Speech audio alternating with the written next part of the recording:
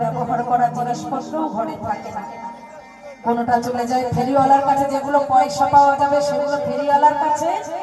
আর যেগুলো পয়সা পাওয়া যাবে না সেগুলো ডাস্টবিনে। তাই সেই অভাগা বাবা আর অভাগিনী মা চোখের জল ফেলে আর বলে, আমার ঠিকানা